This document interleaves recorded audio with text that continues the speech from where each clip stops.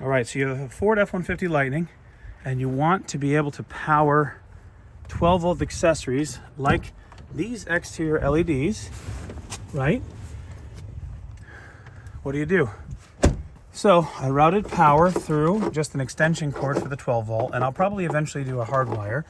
I routed it down through the actual camper box along with the deck system. I brought the wires down and underneath my bumper, right? And I just zip tied them to the frame. I zip tied them to a wiring harness and just anywhere that I could zip tie it, and I'll neaten it up. And then it goes to this doohickey. This is really the most important part of this, right? So this goes right into your 7-way, right? Just like a regular one, doesn't pull out. It's watertight and everything else. And you still have the ability to plug in your trailer, assuming you don't need the full 7-way, which I don't need for mine. Mine just powers lights on the inside and the outside, no brake controller, nothing like that. Then your 12-volt goes in here, just like that.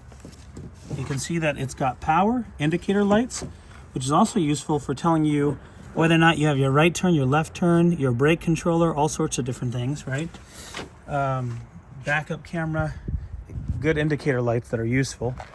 And then again, I wire it right on through there, and it goes up into a little switch box here, and now I've got power, right? So I can turn on that light. I've got the red lights on the outside hooked up, whatever I need. And you may be thinking, well, what are you gonna do when your truck's off? Well, I have two ideas. The first thing is I'm probably gonna hook up this accessory directly to a little 12-volt battery, or excuse me, like an EcoFlow that has a 12-volt out.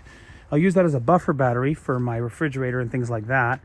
But when we're camping, typically I want to have the entire truck on anyway, just so that we have 120-volt power for cooking, for whatever else we need. We have a 12-volt blanket that we use and a 120-volt blanket, depending on how bad the weather is.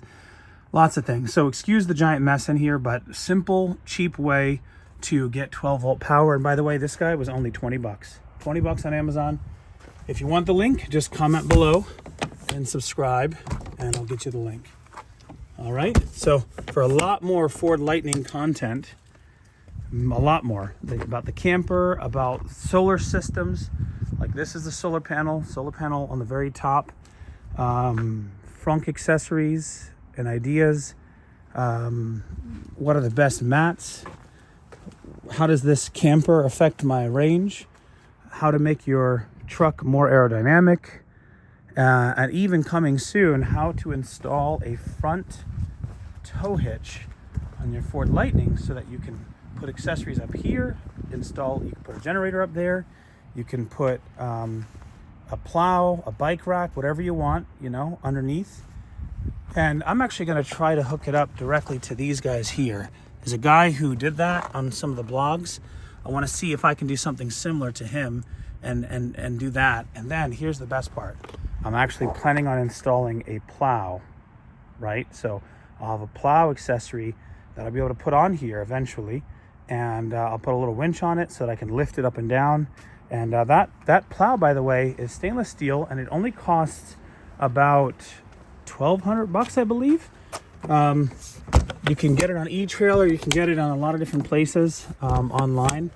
But I'm going to see if I can do that. And that way I have the ability to plow snow for our house, for our clients, or wherever, and even use that to make some money. I used to do plowing in the past, but I got out of that partially because my older truck was unreliable and the truck was too expensive.